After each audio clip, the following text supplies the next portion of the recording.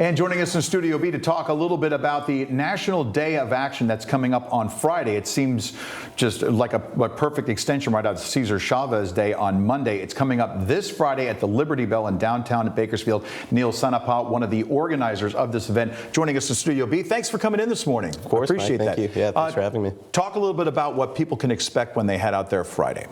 Yeah, so 5051 is an organization that has really popped up to tell Donald Trump and the Republican Party that folks want their hands off of Medicaid, Medicare, SNAP, WIC, Social Security, and these cuts that are being talked about by DOJ.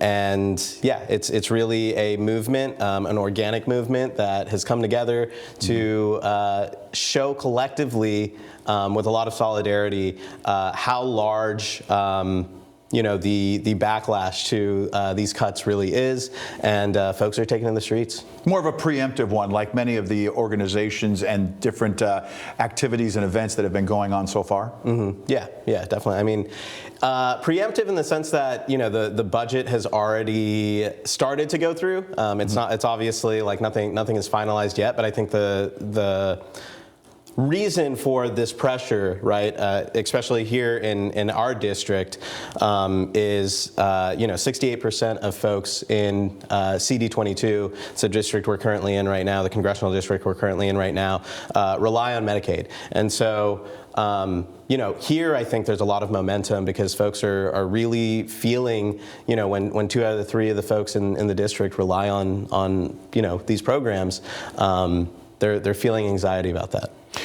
What then your opinion though on the obviously DOJ and the different cuts that they're trying to identify within and find wasteful spending? Do you think you're saying it goes beyond just trying to find wasteful spending?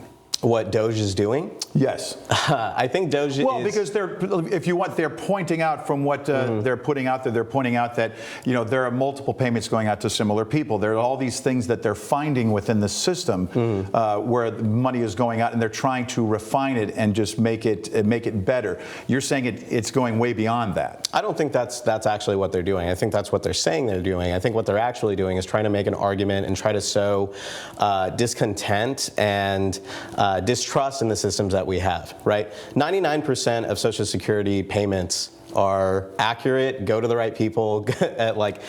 These aren't things that are, where we're trying to find waste, fraud, and abuse, right? It doesn't exist to the level that they're talking about, particularly in Social Security, Medicaid. If we really want to talk about waste, fraud, and abuse, we'd love to see DOJ really go after the Pentagon. A department that has failed to self-audit many times, right? Mm-hmm. Why wasn't that the first thing when we talk about defense spending, things like that? Why isn't that the first thing that we're going after and looking at, rather than programs that actually help people, that keep people alive in this very district? Looking beyond Friday, this has been the organization that's putting this on. You're saying that there's various groups that have all joined together. Is this something that's going to continue?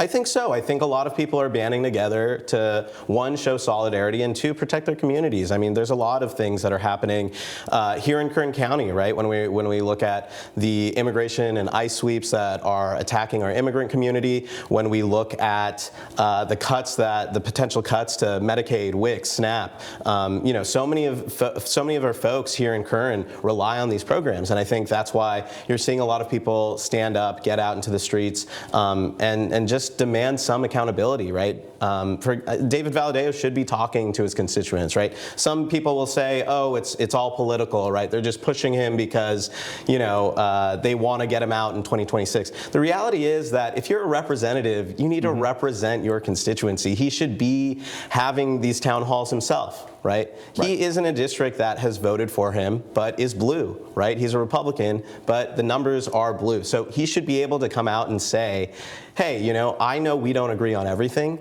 but let's talk about this, and let's talk about what I'm doing. Explain what he's doing. That's Neil, what he should be doing. What time at the Liberty Bell on Friday? It's at noon. Yeah. At noon at the Liberty Bell. Yeah. Neil Sanapa, thank you for coming in this morning and sharing your thoughts. Appreciate it. Of course. Thank you, Mike. Let's go back inside Studio A.